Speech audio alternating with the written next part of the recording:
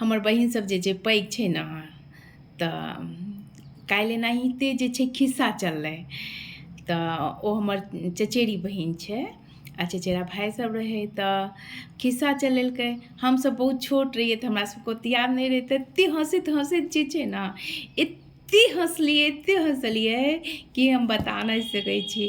तऽ सब तऽ आब ने सब केओ अलग अलग रहै छथिन। पहिने तऽ गाममे रहैत रहथिन सब गोटे, पहिने तऽ एक साथ सब गोटे रहैत रही, 4 भाई बहिन 5-6 भाई बहिन सब रहैत रही, एक साथ रहैत रही। जतेक छी अहाँ चाचा चाची दादी दादा बाबा बाबी सब जे छै एके जगह रहैत रहथिन। आब सब केओ अलग रहऽ लए चाहै छथिन। तऽ पहिलका खिस्सा कहि रहल छी।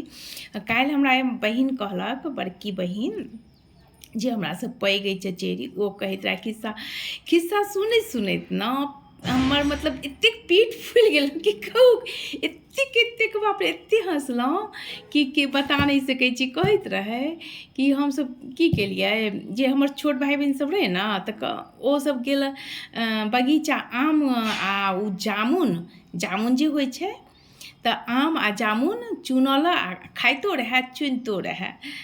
तऽ बहुत देर भऽ गेलै बगीचामे तऽ माँ भेजलकै पैघके, जे पैघ सबसँ रहै ने बहिन हुनका भेजलकै।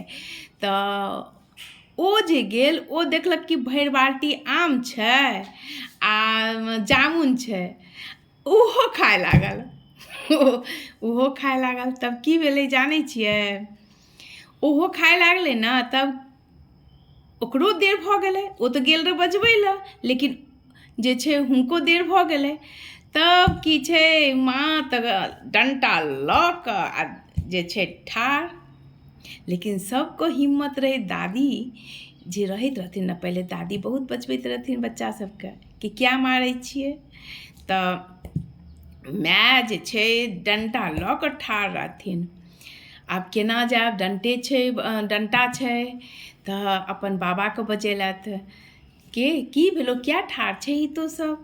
तऽ एना माँ जे छै डंटा लऽ कऽ, हमसब बगीचा गेलहुँ डंटा लऽ कऽ ठाढ़ अइ, अब हमसब घर केना जायब।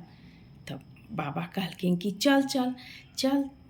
तऽ आ बाबी पाछूसँ रही, पाछूमे रहथिन ओ तऽ ठाढ़ रहथिन बाबियो बचाबऽके लेल बच्चाके।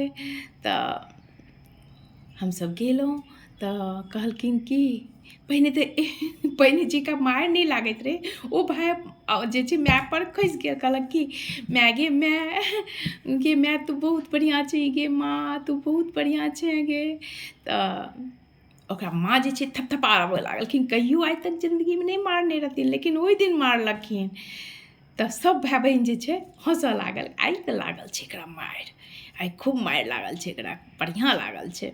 तब की भेल जे की भेलै जे जे छै बाबा लऽ कऽ गेलै। की भेलै की बात छै, बगीचे तऽ गेल रहै, किया अहाँ डंटा लऽ कऽ ठाढ़ छियै। बस पहिलुका जमानामे पुतहुके मुँहसँ भात नहीं निकलैत रहै सास ससुरके पास। आइ काल्हि चुप बच्चा सब खुशीसँ घर पहुँच गेल। हर हर महादेव।